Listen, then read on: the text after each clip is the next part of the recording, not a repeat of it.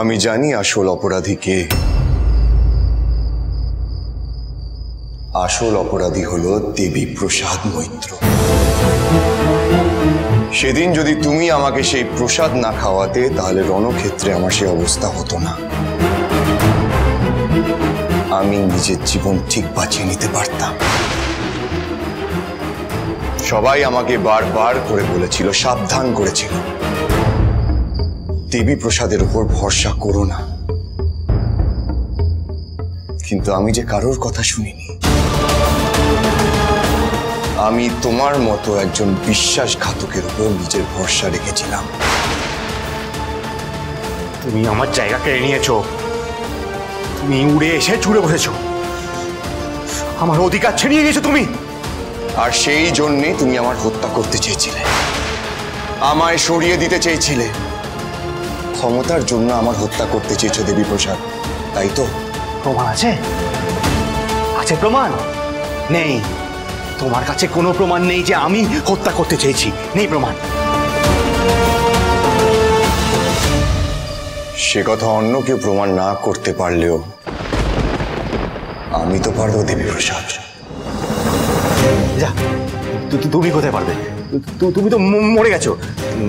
নাটোরের লোকজন সাক্ষী, ভবানী বরণ বিধবা হয়ে গেছে, তুমি তো মরে গেছো, তুমি পারবে না। আর আমি যদি বলি সে কথা মিথ্যে? না, তোমাদের মনের ভুল ধারণা। দেবী প্রসাদ, তোমাকে সাজা না দিয়ে আমি মারা যাব কি করে? আসল অপরাধীকে চিহ্নিত না করে আমি সরে যেতে পারি? তা হয় কখনো? হতে পারে না।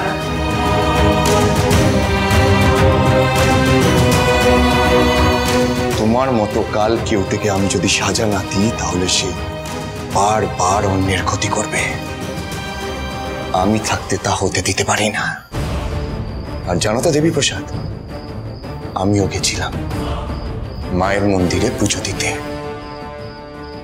এই হলো প্রসাদ। সরাও বলছি। নাও দেবী প্রসাদ। সরাও বলছি। দেবী প্রসাদ নাও। সরাও বলছি। দেবী প্রসাদ। সরাও বলছি। দেবী প্রসাদ, তোমার খেলা শেষ।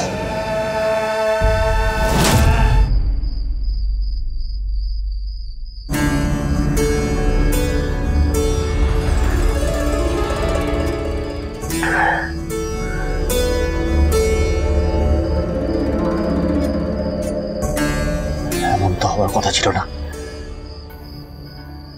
খবর পেয়েছি ভবানী বর্ধন ওখানে শপথ নিয়েছেন।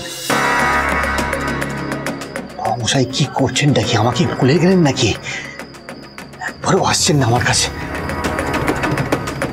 না ভবানী বর্ধনকে সরাতে পারছেন, না আমার জায়গা ফাঁকা করতে পারছেন, না কিছু আটকাতে পারছেন।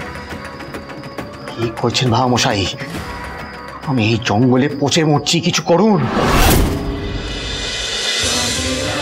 রাজরাজেশ্বরী রানী ভবানী প্রতিদিন রাত 8:30টায় স্টার জলসায় ও জিও হটস্টারে।